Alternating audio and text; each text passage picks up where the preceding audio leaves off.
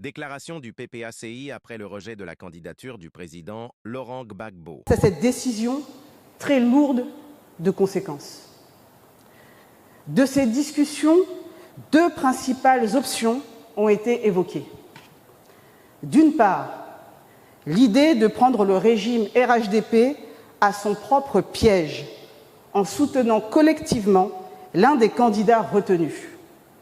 À cet égard, le président Laurent Gbagbo tient à rappeler qu'il n'avait jamais soutenu, ni de près, ni de loin, un prétendu plan de précaution.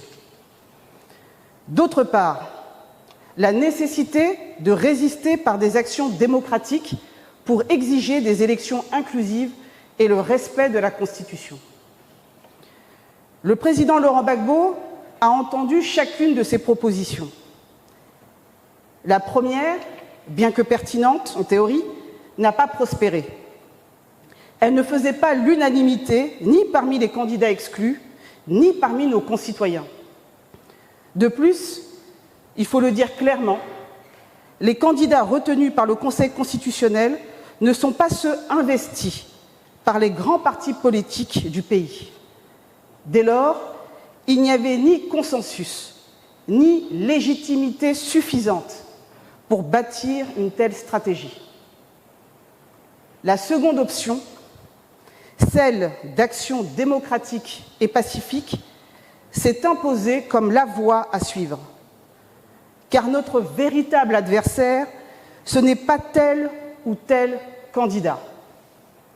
C'est le régime RHDP, avec à sa tête M. Alassane Ouattara, qui semble vouloir transformer la Côte d'Ivoire en un royaume personnel, où la Constitution n'est plus une boussole, mais un obstacle à contourner. Le président Laurent Gbagbo affirme que la véritable responsabilité des démocrates n'est pas de chercher une échappatoire, mais de tenir debout face à l'épreuve. Ce n'est pas une question de posture, mais l'essence même du combat. Garantir une alternance démocratique, préserver les libertés publiques et assurer la dignité du peuple ivoirien. Aujourd'hui, ce qui est en jeu dépasse la seule élection présidentielle. Ce qui est en jeu, c'est la survie de notre démocratie.